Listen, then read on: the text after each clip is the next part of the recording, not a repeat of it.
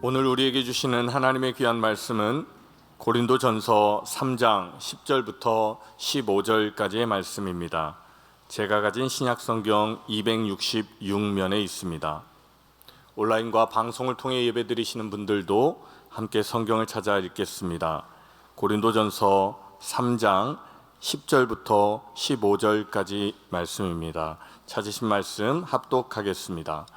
내게 주신 하나님의 은혜를 따라 내가 지혜로운 건축자와 같이 터를 닦아 두매 다른 이가 그 위에 세우나 그러나 각각 어떻게 그 위에 세울까를 조심할지니라. 이 닦아 둔 것 외에 능히 다른 터를 닦아 둘 자가 없으니 이 터는 곧 예수 그리스도라. 만일 누구든지 금이나 은이나 보석이나 나무나 풀이나 짚으로 이 터 위에 세우면 각 사람의 공적이 나타날 터인데 그날이 공적이 밝히리니 이는 불로 나타내고 그 불이 각 사람의 공적이 어떠한 것을 시험할 것임이라. 만일 누구든지 그 위에 세운 공적이 그대로 있으면 상을 받고 누구든지 그 공적이 불타면 해를 받으리니 그러나 자신은 구원을 받되 불 가운데서 받은 것 같으리라. 아멘. 한번 따라해 보시겠습니다. 각 사람의 공적이 나타날 터인데. 자, 여러분이 한번 해보실까요?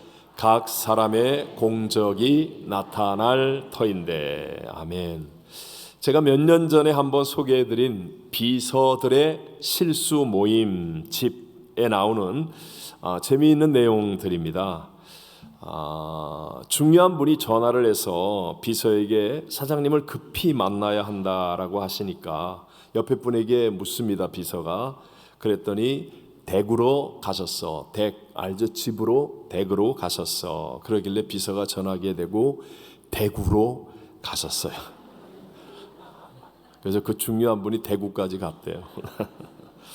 자, 손님 세 분이 오셨는데 사장님이 여기 커피 한 잔 줘요라고 하시길래 자기는 한 잔만 달랑 들고 들어갔다라고 합니다. 사장님이 핸드폰을 주면서 배터리 바꿔요 하길래 사장 전화기로 박 대리를 찾아서 전화를 해서 사장님에게 바꿔 주었답니다. 사장님이 100만 원을 주면서 신권으로 바꿔주세요 했더니 비서가 군내 식당에 가서 식권을 100만 원어치를 사갖고 왔다고 합니다. 자, 비서가 자기 생각 또는 자기가 가진 선입견 때문에 사장과의 사이에 갭이 생기는 거죠. 그래서 이런 해프닝들이 일어났다라는 실제 이야기들입니다. 여러분, 하나님과 우리 사이에서는 신앙생활하면서 이런 해프닝이 없겠습니까? 이 세상에 태어나 살고 있는 우리 모두는 단 한 사람의 예외도 없이 하나님의 심판의 자리에 서게 될 것입니다. 다시 되돌릴 수 없는 단 한 번밖에 기회가 주어져 있지 않은 인생인데 우리 모두 잊지 않아야 될 것은 우리 모두가 다 실수가 없으신 하나님께 심판을 받게 된다는 사실입니다. 2023년 마지막 날 마지막 주일 예배를 드리면서 각 사람의 공적이 나타날 터인데 라는 제목으로 하나님께서 이 마지막 시대를 살아가고 있는 저와 여러분에게 주시는 두 가지 은혜를 함께 나누고자 합니다. 첫 번째, 자기의 공적, 즉 나의 공적이 나타날 때가 있음을 우리는 잊지 않고 살아야 한다는 것이에요. 자, 오늘 본문의 말씀, 이 고린도서의 말씀은 1차적으로 개인의 구원에 대해서 말씀하는 것이 아니라 교회의 분쟁에 대해서 깨달아야 될 영적 진리에 대한 가르침입니다. 그러니까 예수님을 구세주로 영접하고 난 후에 뭔가 잘못해가지고 구원이 취소되거나 아니면 지옥 심판을 받게 된다거나 하는 이야기가 아니에요. 그런 것과는 상관이 없습니다. 하지만 분명히 구원을 받았을지라도 각 사람이 행하는 그 공적은 나중에 칭찬과 상을 받거나 아니면 불에 타서 없어지는 해를 받을 수 있다라는 사실을 우리에게 분명하게 말씀합니다. 본문 12절을 같이 한번 읽어봅니다. 만일 누구든지 금이나 은이나 보석이나 나무나 풀이나 짚으로 이 터 위에 세우면, 오늘 본문에는 6가지의 재료를 말씀합니다. 금이나 은이나 보석과 같이 견고하고 오래갈 수 있는 또 비싼 그런 재료로 짓는 건축가가 있고, 나무나 풀이나 짚과 같이 약하고 일시적이고 또 값싼 재료로 집을 짓는 건축가가 있다라고 말씀합니다. 여러분, 보통 때는 별 차이가 없는 것 같은데 무언가 심판이 나게 되면 그러면 분명하게 그 공적의 차이가 드러나게 된다라고 말씀하죠. 13절을 다 같이 읽어봅니다. 각 사람의 공적이 나타날 터인데 그날이 공적을 밝히리니 이는 불로 나타내고 그 불이 각 사람의 공적이 어떠한 것을 시험할 것임이라. 이전 개역 성경에는 이 공적을 공역이라고 기록했는데요, 자기가 힘들이고 공을 들여서 만들어 온 결과를 의미하는 말이죠. 그리고 그렇게 만든 공적에 따라서 반드시 상과 해가 있다라고 성경은 말씀합니다. 14절과 15절을 같이 읽어봅니다. 만일 누구든지 그 위에 세운 공적이 그대로 있으면 상을 받고 누구든지 그 공적이 불타면 해를 받으리니 그러나 자신은 구원을 받되 불 가운데서 받은 것 같으리라. 아멘. 혹시라도 이해하지 못하는 사람이 있을까봐 우리 모두가 다 잘 알고 있는 아기 돼지 삼형제라는 그런 어린이 동화 이야기 다 아시죠? 네, 그런 이야기를 통해서 한번 보십시오. 넓은 초원에 엄마 돼지와 아기 돼지 삼형제가 살고 있었습니다. 어느 날 엄마 돼지는요, 아기 돼지 삼형제에게 독립해서 각자의 집을 짓고 살아라 라고 얘기했고요, 아기 돼지 삼형제는 길을 떠났습니다. 게으른 첫째는요, 쉽게 집을 짓기 위해 짚으로 지었어요. 그리고 잔꾀가 많은 둘째는 또 쉽게 집을 짓기 위해 나무로 집을 지었습니다. 근데 부지런한 막내는 아주 힘이 들었지만 튼튼하게 벽돌로 집을 지었습니다. 늑대가 나타난 거예요. 그리고 첫째의 집과 둘째의 집을 입김으로 혹 불었더니 쉽게 무너집니다. 위험에 처한 첫째와 둘째가 막내의 벽돌집으로 도망을 하게 되었고요, 튼튼하게 잘 지은 막내의 벽돌집은 늑대가 입김으로 아무리 세게 불어도 안 날아갔고 몸으로 아무리 세게 밀어도 안 쓰러졌다. 그 이후에 첫째와 둘째가 회개하고 여기서부터는 제 얘기예요. 다시 튼튼하게 집을 지어서 아기 돼지 삼형제는 서로 도와가면서 행복하게 잘 살았다라는 이야기. 여러분, 이건 믿지 않는 사람들도 다 알고 이해하는 동화이지만 실제 나의 삶에 분명한 하나님의 심판이 있음을 알고 있는 우리들은 과연 그날을 앞두고 어떻게 살아가고 있습니까? 내가 지은 신앙과 인생의 집은 하나님이 베푸실 그 불같은 공적 심판에 이 첫째와 둘째 아기 돼지 같이 무너지지 않고 남아 있는 셋째 아기 돼지 같은 집을 만들어가고 있다고 얘기할 수 있겠습니까? 하나님의 공적 심판은요, 얼마나 크고 멋진 집을 짓느냐 하는 데 있지 않고 불에 타지 않고 무너지지 않는 집을 짓느냐 하는 데 초점이 있음을 알아야 합니다. 일본 도쿄의 제국 호텔, 임페리오 호텔이라는 건물이 미국의 프랭크 로이드 라이트라는 건축가에 의해서 지어졌습니다.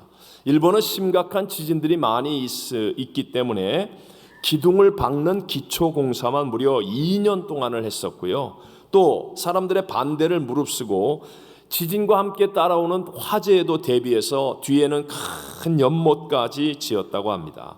이 튼튼한 기초 공사 때문에 공사비가 예산액의 무려 6배나 증가하게 되었고 공사 기간도 11년이 걸려서 1923년에 완공하게 되었어요. 그리고 사실은 완공일이었어요. 완공일. 세계 지진 역사상 가장 유명한 지진 중에 하나인 리터 규모 8.4의 관동 대지진이 일어납니다. 그래서 도쿄와 인근 지역을 전부 다 완전히 초토화시켜버렸습니다.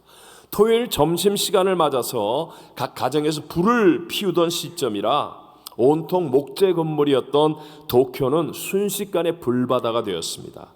규모 6에서 7 사이의 여진이 계속되어서 가옥이 무려 11만 채가 불타 없어졌고 시내의 온도는 무려 섭씨 46도, 화씨로 115도까지 오르는 등 지옥의 불바다와 같이 되었습니다. 그런데 놀랍게도 그 지진에도 무너지지 않고 그 불에도 타지 않은 유일한 호텔이 바로 그 임페리얼 호텔이었습니다. 오히려 그 지진의 때에 이 무너지지 않은 건물로 말미암아 많은 사람들을 살리는 일에 쓰임을 받게 되었다는 거죠. 이유가 무엇입니까?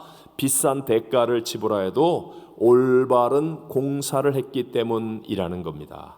우리들도 불로 인한 하나님의 심판에서 건져줄 올바른 믿음으로 공적을 이루는 신앙이 되시기를 바랍니다. 자, 두 번째, 그렇다면 우리가 그 심판의 때에 상을 받는 공적은 어떻게 하면 되겠습니까? 그것은 주인이 하나님이시고 터는 예수 그리스도여야 한다. 다시 한번, 주인이 누구예요? 하나님. 터는 뭐라고요? 예수 그리스도. 잊어버리지 마십시오. 당시 고린도 교회는요, 여러 문제들이 있었습니다. 생길 수밖에 없겠죠. 육신에 속한 어린아이와 같은 신앙으로 갈등과 분쟁이 생기니까 자연히 당을 짓게 되고, 특별히 고린도전서 3장에는 아볼로파, 바울파, 그러면서 여러 파로 나뉘어지는 문제에 대해서 말씀하는 거예요. 아이러니하게도 진짜 바울과 아볼로는 친하게 잘 지냈거든요. 서로 주 안에서 가깝고 사랑하는 사이였거든요. 그런데 고린도 교회는 그들의 이름을 사용해서 갈라졌습니다. 여러분, 이유가 무엇이었겠습니까? 주인은 하나님이시고 그 터는 예수 그리스도인 올바른 신앙이 아니라 자기의 이득을 위해서 유명하고 힘있는 그들의 이름을 사용하는 거예요. 그들의 이름을 팔아서 파워게임이나 하려고 하는 잘못된 잘못된 주인의식을 가지고 있었기 때문에 이렇게 되었다라는 것이죠. 성경은 분명하게 앞에 9절 말씀하면 교회는 하나님의 집이라고 말씀하고 11절에는 그 터는 예수 그리스도라고 절대적인 진리를 말씀하고 있습니다. 그러므로 여러분, 우리가 평생 주님을 만날 때까지 신앙생활할 터인데 이 주님의 몸인 교회는 주인이 누구라고요? 하나님. 이 교회의 모든 터는 무엇이라고요? 예수 그리스도. 바로 이런 믿음의 교회가 되어지면 하나님이 이런 교회를 통해서 복음을 전하시고 영혼을 구원하시고 말씀으로 세상을 변화시켜 나가실 줄로 믿습니다. 그래서 올바른 교회가 되어지면 하나님의 복이 흐르는 거예요. 하나님의 권능이 나타나기 시작하는 거예요. 이런 교회 안에서 자라는 다음 세대 속에 이 땅을 살릴 수 있는 위대한 인물들이 일어나게 될 줄로 믿습니다. 그렇지만 여기에도 문제는 있는 것이 우리에게 죄성이 있지 않습니까?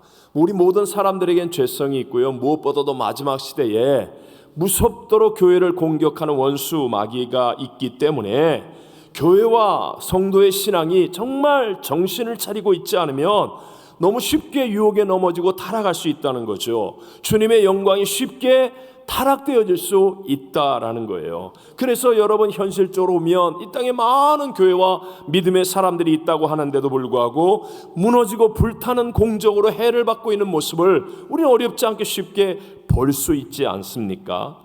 좀 오래되긴 했지만 새벽기도하는 CEO라는 책이 있습니다. 이 책에는 성공한 새벽기도하는 CEO 12사람의 간증을 기록하고 있어요. 기도응답의 이야기를 담고 있는 겁니다. 그 가운데서 제가 오랫동안 기억에 남는 사람, 당시에도 굉장히 저에게 신선한 인사이트를 주었던 분이 천국의 계단이라는 드라마 아시죠? 권상우 씨, 최지우 씨 같은 사람이 주연이 돼가지고 아주 굉장한 시청률로 유명했던 드라마라고 그래요. 솔직히 전 잘 몰라요. 근데 어쨌든 이 천국의 계단과 같은 인기 드라마를 많이 만드신 이장수 감독이라는 분이 있는데 이분의 간증 이야기입니다. 이분은 사실 햇불 트리니티 신학교도 아마 나온 분으로 제가 알고 있어요. 근데 이 감독님이 새벽 기도하다가 은혜를 받고 그리고 성경을 읽고 있는데 성경 안에서 드라마 흥행 공식 이게 보여지더라는 거예요. 하나님이 이미 성공을 위해서 이런 것들을 내게 깨우쳐 주시는구나. 이게 딱 깨달아드는 거예요. 그게 여러 가지 원칙을 말하는데 제게 인사이트를 주었던 게 첫 번째 이 공식이었어요. 그건 바로 주인공을 내세워라. 이 사람은 드라마 PD니까, 감독이니까 자기 입장에서 얘기하면 주인공을 내세워라. 주인공이 드러나지 않는 드라마는 흥행 실패가 불을 보듯 뻔하다라고 말하는 거예요. 아무리 작게 잡아도요, 방영 시간의 절반은 주인공이 끌고 가게 해야만 그 드라마가 성공할 수 있는 드라마가 된다는 거예요. 왜 드라마 같은 건 매일 막 이렇게 시청률을 조사하지 않습니까? 그렇게 높은 시청률을 가다가도 시청률이 뚝 떨어지는 그 방영분을 보면 주인공이 적게 나오는데, 주인공이 안 나오는데, 그래서 조연끼리 나올 수밖에 없는 상황이라 할지라도 주인공에 대해서 이야기하게 만들고 주인공을 생각하게 만들어야 이게 드라마가 성공할 수 있다.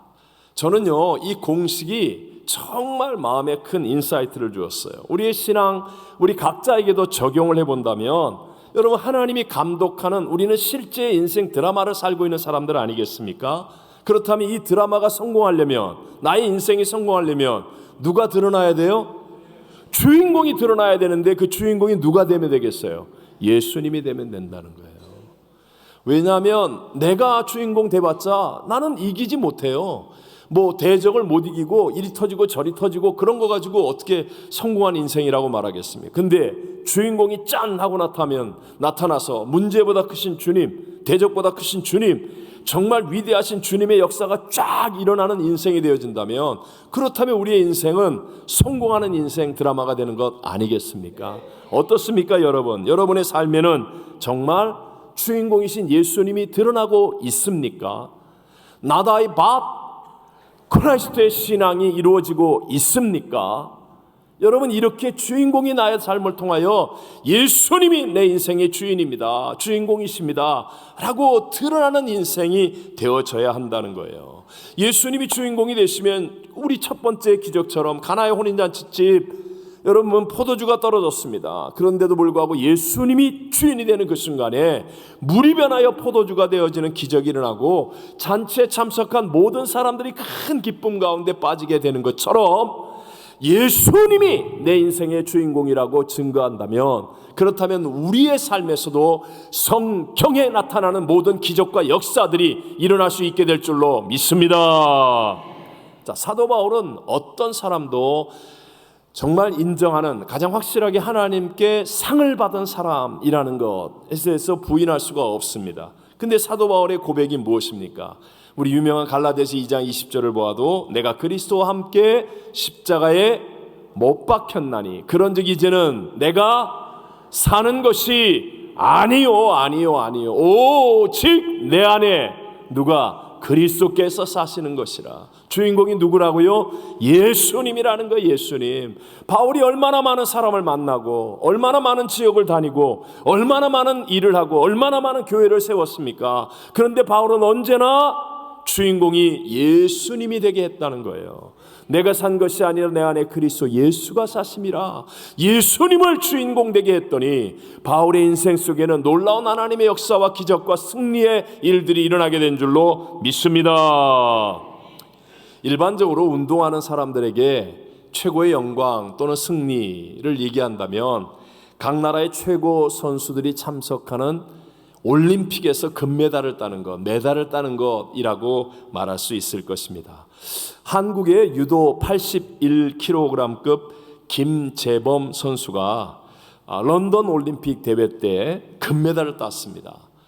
그리고 난 다음에 막 땀이 범벅이 된 채 인터뷰를 하는데 하나님께 영광 돌리는 세리머니를 하고, 그리고 하나님께 먼저 감사드리며 하나님은 최고의 은인이십니다 이렇게 얘기하는데 진짜 감동적이었던 기억이 납니다. 그리고 나서 김재범 선수가 이런 위대한 말을 했어요. 뭐 몇 가지 인사말을 하고 난 다음에 그 막 숨을 헐떡이면서 뭐 인터뷰를 준비하거나 그런 거 아니죠. 근데 여기서부터 나오는 그 말일 거예요. 2008년 베이징 올림픽 때 죽기 살기로 했더니 은메달을 땄고, 2012년 런던 올림픽 때는 바로 이때를 얘기하는 거예요. 어떻게 했다고요?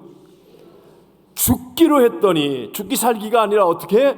죽기로 했더니 금메달을 땄습니다. 와, 정말 큰 도전이 되었어요. 제가 한번 동영상 보여드릴게요. 진짜 하나님께 먼저 감사드립니다. 진짜 최고의 은인이시고요, 하나님께서. 그리고 저희 유도의 김정일 총장님, 그리고 저희 4년 동안 저를 이까지 끌어주신 저희 정훈 감독님 하며 한국 마사의 전 직원분들한테 정말 먼저 감사 인사드리고요. 뭐라고 할 말이 없네요. 진짜 너무 진짜 감사한 일들만 있으니까요. 그래서 4년 전에 결승에서 만나서 아쉽게 졌던 그 비숍 선수를 다시 만났는데 어떻게 속으로 내심 서력을 바르면서 비숍 선수가 올라오길 바라고 있었나요? 죽기 살기로 했어요. 졌어요. 그때는. 지금은 죽기로 했어요. 이겼어요. 그게 답입니다. 답이 뭐라고요? 죽기로 하는 거예요. 죽기로. 아사 교회생. 아멘입니까? 아사 가정생. 아사 기업생. 왜요? 내가 죽으면 내 안에 누가 나타나기 시작해요? 예수님. 내가 잘하려고 하면 내 수준밖에 안 돼요. 그러면 내 수준보다 뛰어나거나 훌륭한 사람은 절대로 내 수준을 따라오지 않습니다. 그러니까 결국 고만한 인생밖에는 못 사는 거예요. 근데 내가 죽으면, 우리 예수님을 믿잖아요. 예수님 믿으니까 내가 죽으면, 하나님, 내가 죽었습니다. 그러면 나도 모르는 사이에 예수님께서 주인이 돼서 이 내 인생의 드라마의 주인공으로 드러나기 시작하면 내게 없었던 하나님의 역사, 능력, 은혜, 놀라운 일들이 일어나게 될 줄로 믿습니다.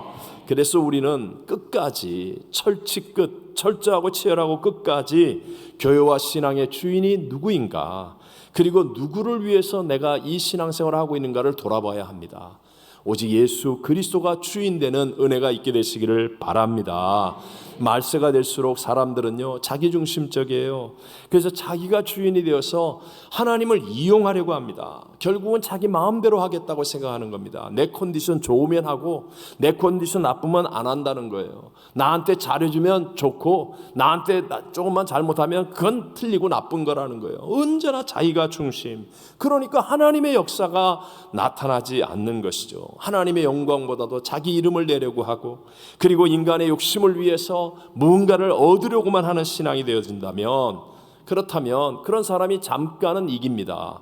내가 고집 피우고 내가 소리 지르면 잠깐은 그 사람이 이깁니다. 그러나 역사의 주관자는 누구예요? 하나님이세요. 생사복을 주관하는 분 누구예요? 하나님이세요. 하나님의 심판의 때에 그날이 다 다가오는데 다 불에 타서 없어질 공적이 되어질 뿐이고, 그러나 반대로 내가 죽고 내 안에 그리스도 예수가 살면 그 죽는 순간에 내가 지는 것 같고 손해보는 것 같고 억울한 것 같지만 하나님은 절대로 실수가 없으세요.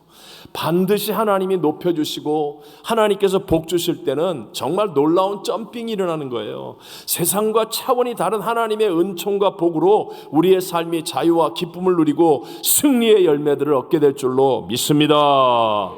물론 우리는 이 땅 가운데 살고 있습니다. 그래서 교회도 세상적인 기술과 방법, 건물, 프로그램 이런 것들을 적극적으로 활용할 수 있어야 하겠지요. 뭐 예를 들어 온라인 예배를 드린다, 인터넷을 사용한다, 홈페이지를 한다, 쇼트를 한다, 뭐 여러 가지 다 사용할 수 있습니다. 그래서 우리 교회도 방송 장비를 업그레이드하고 디자인도 더 세련되게 하려고 노력하고 성능도 더 좋아지게 하려고 여러 모양으로 투자를 많이 합니다. 그러나 그런 것들을 절대화시키지는 않습니다.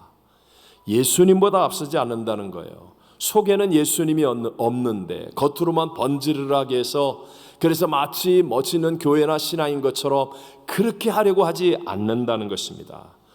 제가 기억이 납니다. 처음 인터넷 또는 온라인 예배를 시작할 때 많은 목사님들이 좀 이렇게 유명하다고 하는 목사님들이 이제 앞으로는 뭐 인터넷 모르면 목회가 못한다, 목회 안 된다, 막 그런 말들도 하기도 했어요. 하지만 그렇지 않았어요. 진짜 중요한 건 십자가에 피 흐르는 복음을 붙잡으면, 이 복음의 능력을 믿는 자가 되어지면 오히려 교회가 더 강해지고 오히려 신앙이 세상이 무너뜨리지 못하는 더 담대하고 튼튼한 신앙이 되어진 줄로 믿습니다.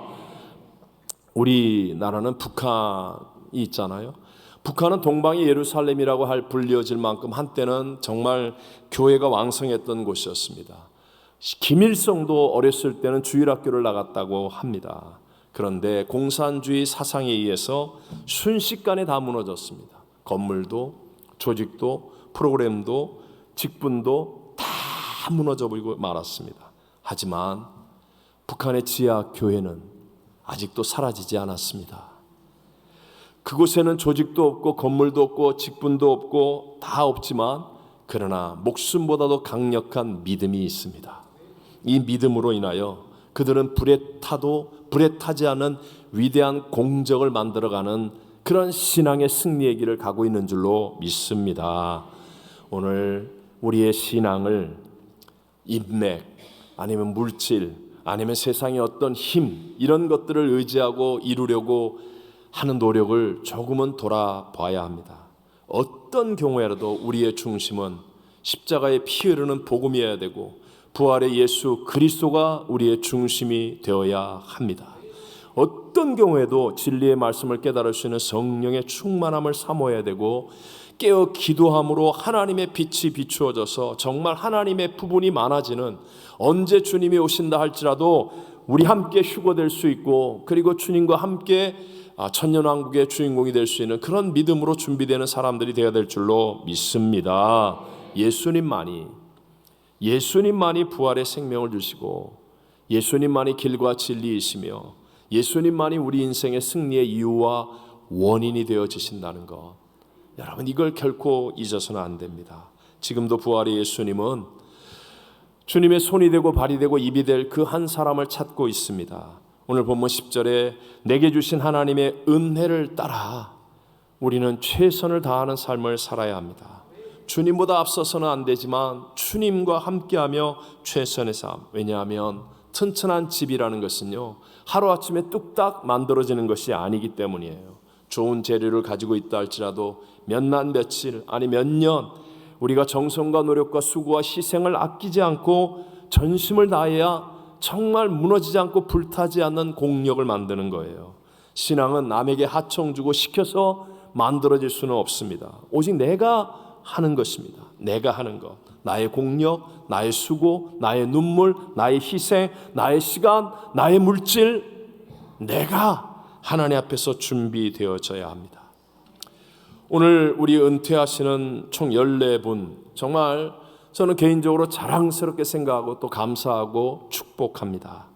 하나님께서도 한 분 한 분의 이 공적을 기뻐하시고 축복하시기를 간절히 기원합니다. 여러분 모두 기억하셔야 합니다. 사람은 불완전하고요. 세상은 불공평합니다. 여기에서 기대하는 게 아니에요. 우리의 기대는 하나님. 우리 하나님은 실수가 없으신 분인 줄로 믿습니다. 가난한 과부의 그 작은 헌금도 기억하시고 작은 보잘것없는 소자 하나에게 냉수 한 컵 대접한 것도 하늘에서 상을 잃어버리지 않게 하시는 실수가 없으신 하나님, 그분을 바라보고 우리는 오늘의 삶을 바르게 살아야 한다는 겁니다.